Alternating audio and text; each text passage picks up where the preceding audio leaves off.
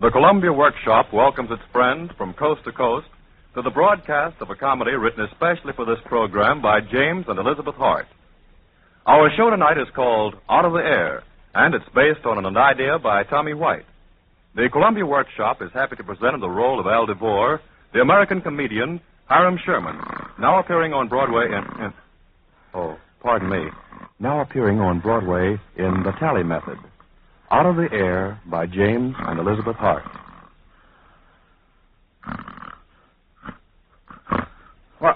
What's the matter? Wake up. This is a public library, not a flop house. You can't sleep here. Oh, I guess I must have dropped off. As long as you're in the library, you've got to read. That's rules. Now pick up that book you've got in front of you if you want to stay. Okay, I'll read. Wren, Sir Christopher, 1632 to 1723. Celebrated English architect. Vaudevillian professor of astronomy at Oxford from 1661 to 1665. His entry into architecture came as the result of the Great Fire of London in 1666. St. Paul's Cathedral is his masterpiece. The interior of the church consists of a three-aisled nave and choir of equal lengths, extending east and west from a great central space at the crossing. Porticos project north and south at the center of the building, and along... You have to do that, mister. What's biting on you? The sound effects. Why don't you take them outside? Hey, who do you think you are? You pay rent here or something? What? Why is... Al DeVore. Francine Fair. Little Frankie. Baby, you look like a million. This is certainly a great surprise.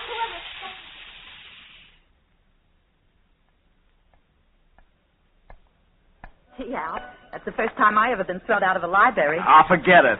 I can't even be griped to that lousome attendant. Seeing you again? You're a sight for sore eyes, Frankie. Al, have you ever thought of me since when we was... It's been like carrying your picture around, baby. A picture of you just the way you looked the first time I saw you there at the Adelphi in Philly, starting out your career in variety. The act was strictly NG, but you were sure something to look at in those tights and that drum major's coat. Oh, I was just a kid. And I was a headliner. What? Well, practically. Oh. Anyway, I had my own act. Al DeVore and his Comedy 4. Here was this chicken making her first tour of the circuit. And later on, after Harrisburg, Pittsburgh, Zanesville, and Columbus... It was at Terre Haute. In Terre Haute. Yep. Frankie was going to be my little wife. But her act folded that same week. And you was to finish out your bookings and save your money so we could get married when you got back to New York. But it didn't work out that way, did it? No, because you never been able to keep a hold of a dime any longer than you could hold your breath. Well, the best laid schemes of mice and men gang after glay, and leave us naught but grief and pain for promised joy. Robert Burns, To a Mouse Stands 7. What's that? Oh, that's one of the things I read in the library, I guess. They keep popping into my head. Don't try to change the subject of discussion. You got back to town, flat as a flounder. Had supper with me where I was staying in Canarsie with my sister and her husband, and that was the last I saw of you until right now. Well, man's got his pride, Frankie. If I couldn't dress you in ermine, I wasn't going to insult you with skunk. If you knew the riding I took from Ella and Fred about you fading out of the picture. Your sister never liked me, but I'll say this for her. She was strictly big time as a cook. Well, it's lucky for me she could cook. That's what's been taking care of us. She and Fred have started a tea room. Tea room? Vogel's Gypsy Tea Room. It's only just a few blocks from here. I work there. Oh, kid, that's tough. Huh? Somebody like you that's been a variety artiste, down to slinging hash in a gypsy tea room. For your information, I'm a fortune teller, reading tea leaves and working with cards and all the rest of it. Well, And don't you go saying it's not professional. I got a costume and billing on the menu. Why, well, sure, it's professional. That's what I come in the library for, to get some new ideas for my act. Say, what was you doing in there? Me? Oh, I always been a great reader. Go on. You never even seen the inside of a library or a book either when I knew you. Well, I'll tell you.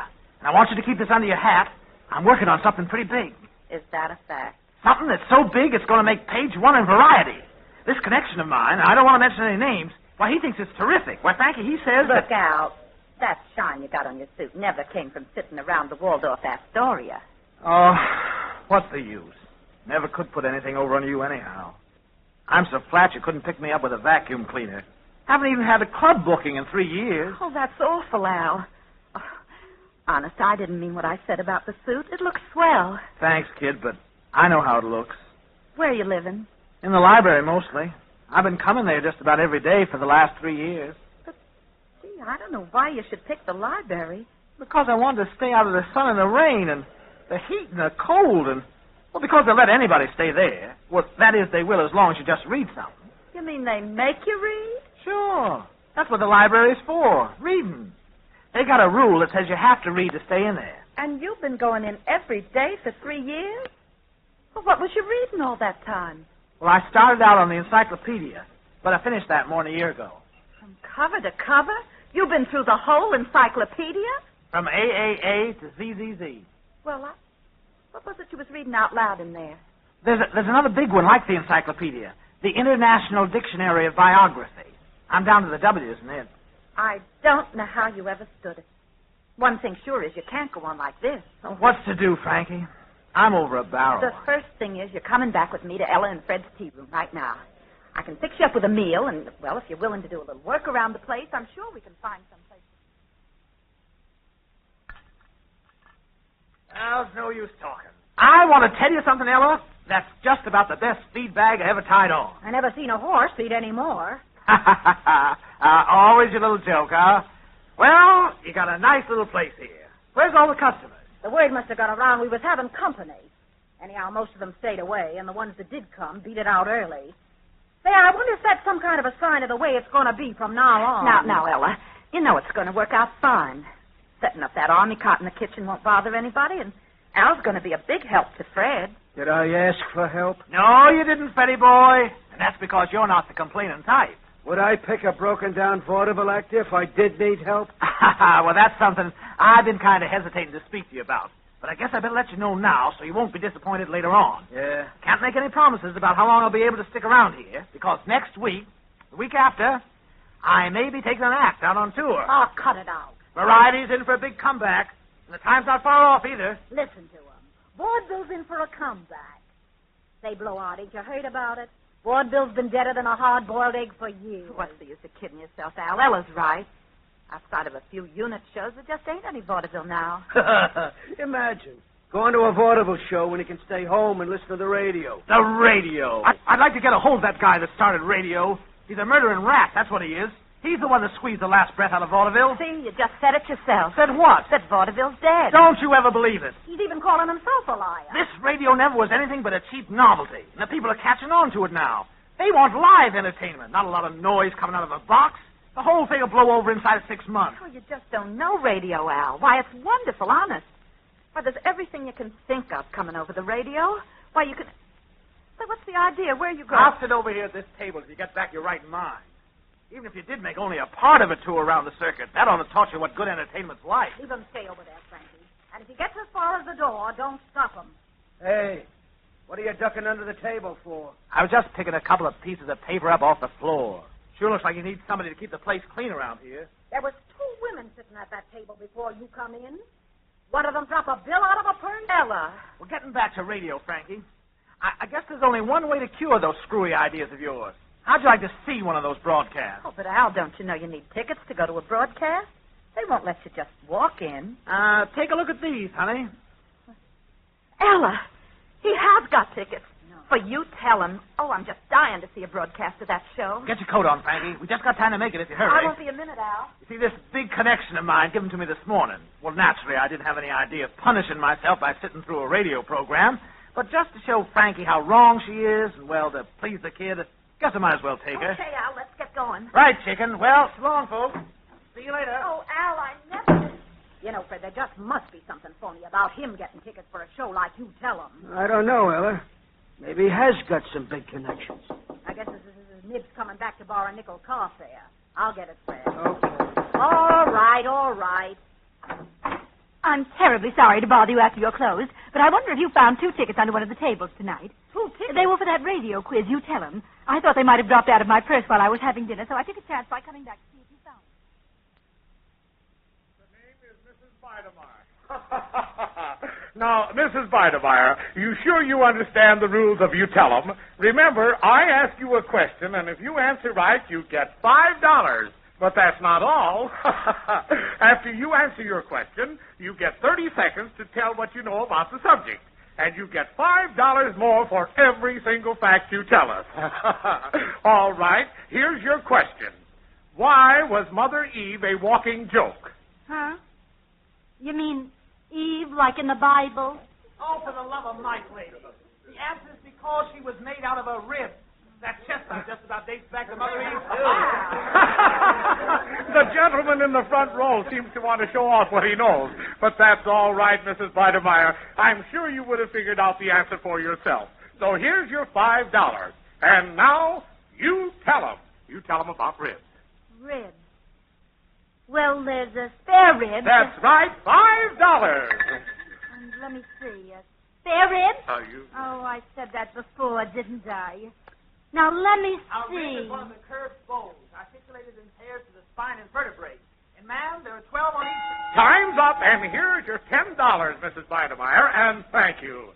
And now that gentleman in the front row who knows so much, perhaps he'd like to come up and take a question. What about it, mister? Why not? Not in this league. Step right up to the mic, mister. That's it. That's it. Now, here's your question. What one word could you use in talking about a bird, a young girl, and an architect? Say, this is like a kindergarten. Wren. That's right. Wren's the answer. Wren, Sir Christopher, 1632-1723, celebrated English architect, professor of astronomy at Gresham College, London, from 1657 to 1661, when he became Savilian professor of astronomy at Oxford. His entry into architecture came as a result of the Great Fire of London in 1666. St. Paul's Cathedral is his masterpiece. The interior of this church consists of a three-aisle nave.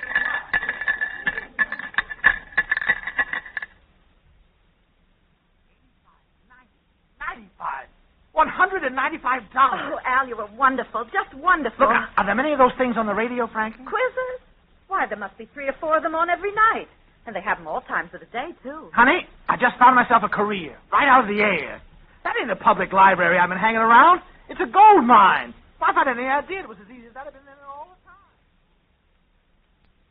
Greetings to you all, folks. Greetings. Yes, ladies and gentlemen, this is little Jack Horner's Question Pie. And here's our first contestant, Mr. Al DeVore. All right, Mr. DeVore, stick in your thumb and pull out your plum from our great big question pie. Mr. DeVore, you've drawn the biggest plum in the pie, our $500 question. Oh, it's a killer-diller-do, I warn you. Well, here it comes. Who were the Guelphs and Ghibellines? The selection of Conrad of Hohenstaufen as Holy Roman Emperor by the Diet of Mayence was bitterly contested by Henry the Superb, Duke of Bavaria and Saxony, in an altercation in which Henry's followers took the name of Guelphs, after the family name of Welf, and Conrad's adherents were called Ghibellines because their leaders... Here we go, Mr. DeVore, right or wrong. The following is a quotation from Shakespeare. Music hath charms to soothe the savage breast, right or wrong? Wrong! It's by the Restoration dramatist William Congreve and occurs in The Morning Bride, Act 1, Scene 1. Amazing, Mr. DeVore, and here's your prize of $100. The final score, ladies and gentlemen. Here are the final scores of tonight's Tug of Wit. Mrs. Harriet Granners, 40 points. Mr. Ray Camport, 48 points. Miss Theda Olbert, 92 points. And in first place, winner of the Grand Sweepstakes with 5,127 points, Mr. Al DeVore. Congratulations, Mr. DeVore. You've smashed every known record on the Tug of Wit. $300. $500. $800. $1,000. $1,240. Well, thanks a lot for the interview, Mr. DeVore. It was slow of you to give me all that time. I know how busy you are. Always glad to spare a few minutes for the press. Did you ring, sir? Yes, Gherkin, the gentleman's leaving. Will you show him out? Very good, sir. This way, sir. Now, will there be something else, sir? Well, how's the schedule look, Gherkin? Well, sir, there's an afternoon quiz in Washington tomorrow, an early evening one in Philadelphia, and then back to New York for the 10 o'clock show. I've attended to the plane reservations. Pretty light day. And the following day, there are the usual interviews and the posing for the picture magazines. And, yes, there's an appointment with a publisher's representative who wishes to see you about a preface he wants you to write for a new edition of Mortimer Adler's How to Read a Book. Oh, are you in, sir? No, I'm out. Don't care if it's Walter Winchell. Very good. Out of my way, Flumpy. Say, what's the idea of telling that big gorilla to say you're not in? Frankie, come right in, kiddo. Fine thing. I have to fight my way in to see you. Well, where have you been? Where have I been? What do you mean, where have I been? I ain't seen you. What's the matter, taking another run out? Look, baby, look me in the eyes. You can see there's not anything or anybody I care about but you. Then why don't you do something about it? Do something? You never think of that, do you? You never think of us getting married. Honey, that's all I do think about. Al, I want to ask you something, and you've got to answer the truth. Well, sure I will. How much money have you got saved up? Well, you see, sweetie, I've been under a lot of expense. The new car, renting this place, buying the furniture. Is all that stuff paid for? Oh, not exactly. Of course, there's good down payments made on all of it. I knew it. You're just throwing your money away again. Oh, Al, why can't you put some of it away? This ain't going to last, and then you're going to be broke again. We'll never be able to get married. What would you say if I told you I was trying to line up a steady job? Are you? Honest? And if it goes through, we're throwing a great big dinner party here the next night to celebrate our engagement. Oh, you wouldn't kid me about something like that. Kid you? Frankie, baby, I can't hardly wait. Now, remember, the night after I come through my tryout, we're having a party, dinner with all the fixings right here. Oh, gee, I never knew I could be so happy. What's the job, darling? It's the snootiest quiz on the air. I tell you can listen in on my tryout. Well, half the world will be tuned in. You might just as well be. Ladies and gentlemen. You can listen in on my tryout. Well, half the world will be tuned in. You might just as well be. Ladies and gentlemen, tonight history has been made. For the first time in its career on the air, Stump the Extrovert has lost no money and no 99-volume sets of the Home Erudition Library. Credit for our 100% batting average goes to one man, our guest extrovert of the evening, Mr. Al DeVore. The amazing Mr. DeVore answered each and every question asked during the broadcast and answered them all correctly, in most cases before the other gentlemen could get their hands up. This is a feat that has never been accomplished before in the many months. Hi there, sweetie. Al. Well, I got here sooner, but I was held up outside the studio by a mob after my autograph. Hi, Ellen. Hi, Fred boy. How's every little thing? Tell me quick, Al. Did you get it? Get what, girlie? The job. The job being an extrovert. Oh, that. Yeah, that. Do they want you or don't they? You got the question twisted, Ella. It's do I want them? The fellow from the advertising agency said they'd have a contract drawn up by Monday. I told him I'd send my lawyer around to look it over. Sweetheart. Oh, Al. He says there's just one condition they'll insist on. What's that? I got a promise not to answer more than half the questions. That's okay with me. I don't want to make them other boys look bad. You know, they're nice fellows. Oh, I got to pinch myself to know I'm not dreaming all this. Frankie tells us wedding bells will soon be ringing. Congratulations. You're getting a fine little wife, Frankie. I'm getting myself the sweetest flower of womanhood that ever bloomed. Hey, look at Frankie blush. It's the first time I've seen her blush. To the nuptial bower I led her, blushing like the morn. Al, really? That's from Paradise Lost, babes. Classic. Come on, Freddy. Let the lovebirds have a little privacy. Good night, Al. Good night, Ella. Oh, and thanks for including us on your guest list. Huh? See you tomorrow evening. Say, what is this, anyhow? I asked him to the engagement dinner, Al. I didn't think you'd mind. The engagement dinner? Yeah. Oh, yeah. Yeah, sure. You hadn't forgotten about it, had you? No, of course not. Then why are you looking so funny? Oh, you're imagining things. It was tomorrow night we was going to have it? You know darn well it was. You said the night after you landed well, this I job... know, Frankie, but tomorrow night seems awful short notice for our guests. And besides, I don't want this to be just any affair. I want it to have class. Now, if we put it off till Monday... You sure it's not me you want to put off? Baby, you know better than let such a thought even cross your mind. It's just that... Well, the truth is I got something else on the fire for tomorrow night. Well, strictly business, you understand. Yeah. It's this quiz, reward or punishment. Oh, is that all? Well, you can just tell them you got a previous engagement. Which is true. When we planned the dinner, you didn't have nothing to do Saturday night, and you promised you'd keep it free. And I would have, too, only You don't have to do any more one-night stands on the small time now, honey. This show's not small time, Frankie. It's got one of the highest craws rates. I don't care if it's got the Pulitzer Prize.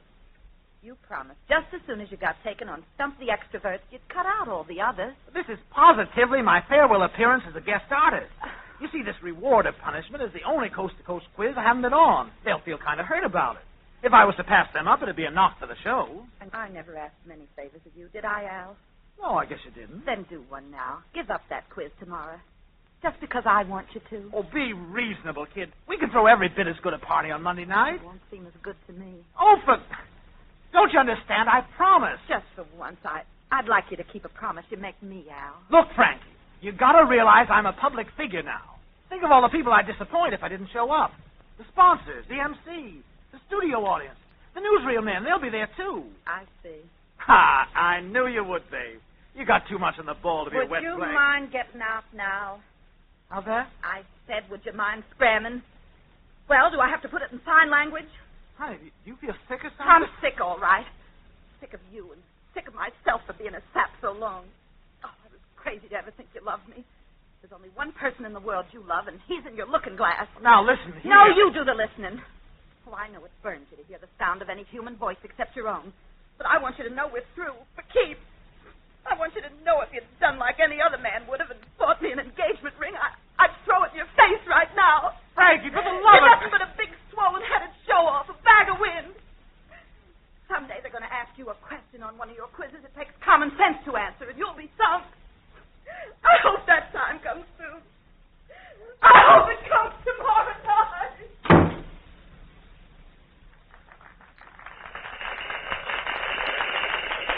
Ladies and gentlemen, I want to welcome you to our thrilling riot of fun, reward or punishment. And now I'm going to bring to the microphone our special guest of the evening, a man whose name and fame is known to you all. Ladies and gentlemen, may I present that phenomenon of the quiz world, that mastermind of the airwaves, that living, breathing encyclopedia, Mr. Al DeVore. Thanks, Jake. That was quite a build-up. It was understatement, Al, understatement. Well, I suppose you know the rules of our little game. Sure. Answer right and you get the moolah. Answer wrong and you get the word. That's it. And here's your question. No, this is hardly your speed, Al. Almost anybody could guess it. I better draw another one for you. Oh, no, let's have the pianola. My little gray cells feel sort of tired tonight. Oh, you'll never get me to believe that, Al. Well, all right, but you're going to feel insulted. Here it is. There are 3 things every man on a salary should do. There's something he should draw up, something he should open up, and something he should take out. Draw, open, and take. What are those 3 things? Reward or punishment? You mind repeating again? Something he should draw up, something he should open up, and something he should take out. Oh, something he should draw up. Draw. Oh, an artist, maybe. Van Gogh? He's a man on a salary, remember. He has to live within his income. Huh? So he draws up a... No, help from the audience, please. Draws up... it's right on the tip of my tongue. Well, what's the nickname for a younger brother? Junior. Kid. Bud. Bud. That's right. Go on. Bud. Draws up a bud. Draws up... He draws it up and he also balances it, if he can. That sounds like a juggling act. I'm sorry, Al. The thing he should draw up is a budget. The thing he should open up, and you didn't get that far, is a savings account. The thing he should take out is an insurance policy. Oh. You ready for your punishment? I think you'll agree it's a very appropriate one. You see this penny? Yeah. You're going to know it awfully well before you get through. Now, look, I want you to push that penny right up the center aisle of the theater with your nose from the first row of seats to the last. And just to make sure you get plenty of exercise, we'll blindfold you. Go on, here you are.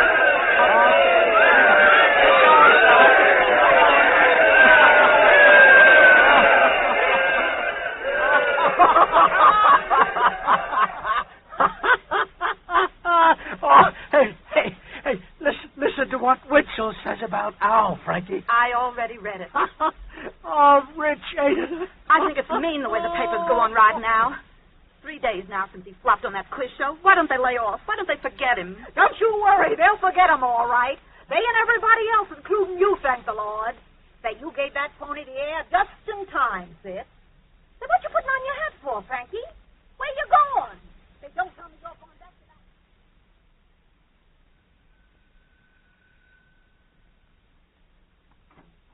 Frankie. Hello, Al.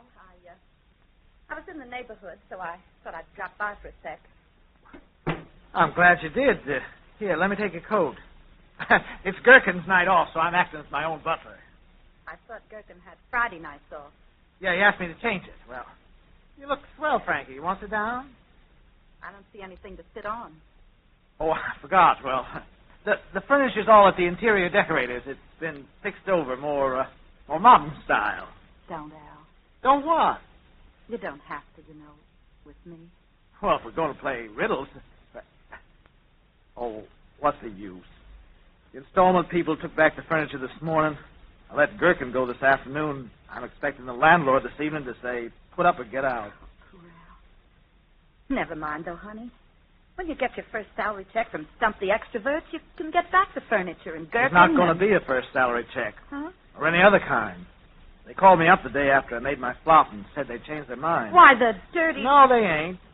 What's the ritziest quiz on the air one with a guy the whole town's laughing at? A clown that don't even know what a budget is. Well, any artistic type might have missed that. Why... You're being sweet, baby, but you were a lot closer to the truth when you said the first question that took common sense to answer would sink me. Oh, I didn't mean any of that, Al. I was sore and hurt. Which you had every right to be. I've been strictly lousy to you, Frankie, but honest, it wasn't because I don't love you. It was because I'm just what you said. Swollen-headed show-off that never did amount to anything, never will. I didn't say any such thing, and it's not true. You amount to plenty right now, Al DeVore. You're still a human encyclopedia, ain't you? You can make a comeback that'll have him rolling in the aisle. Don't talk about rolling in the aisle. Oh, I'm sorry, honey. I didn't mean anything. I was just using show talk. Look, darling, you got to forget about the other night. I'll never forget it, Frankie. You talk about making a comeback. I could never get up on a stage and answer a question again. I'd hear that awful laughing, and I wouldn't be able to even open my mouth. Oh, you just think that now because... No, I know it. I tried to go to a quiz this afternoon. A little one nobody ever heard of over in Jersey. Yeah? Well, I got as far as the studio door, and then it hit me. Frankie, so help me. I couldn't have gone through that door if somebody had been poking me in the back with a gun. No, it won't be like that next time, Al. It'll always be like that. I read once how this famous aviator was in a plane wreck. And after that, he tried, but he couldn't ever fly a plane again. Well, that's me. I've seen the same thing in a movie, but it all turned out happy in the end. This is life, kid. The best thing you can do is forget you ever knew this old has-been. You don't think I'd ever give you up just because... Well, that's probably the phone company to say they're cutting off the service. Hello. Is this Mr. Al DeVore speaking? Check. Mr. DeVore, I bring news. Tonight, the finger of fortune is lighted upon you. That's no news, pal. Get a load of this nut, Frank. You heard our broadcast, then? I don't even own a radio. What is this? $40,000 in cash, Mr. DeVore, or $200 a month for life, whichever you prefer. Al. Allie's on the level. It's the Finger of Fortune prize. You won it. Say something to him. Say something, you don't. Well, hello there. Which do you choose, Mr. DeVore? The cash Give me or... that phone, Al. We'll take the $200 a month, please. Who was that? That was my future manager. You have just heard the Columbia Workshop presentation of a comedy by James and Elizabeth Hart called Out of the Air. It was based on an idea by Tommy White, and Hiram Sherman was featured as Al DeVore. Betty Gard played Frankie. Others in the cast were Don Briggs, Ed Latimer, Ethel Ramey, Adele Ronson, Ralph Dumke, Louis Van Ruten, Dean Carlton, John Gibson, and John Kane. The director of the workshop broadcast was Mark Slobe. Next Sunday at the same time, George Zachary will direct a most unusual broadcast of two famous poems. The first is The Congo of Rachel Lindsay, and a special rhythmic treatment for soloist and speaking chorus by Catherine Lane Anderson, with original music by Leonard DePower. Lynn Murray has done the scoring and will conduct. The Juanita Hall singers will appear both in The Congo and in the second work on the program, which is The Creation by James Weldon Johnson from his famous volume of Negro sermons in verse called God's Trombones.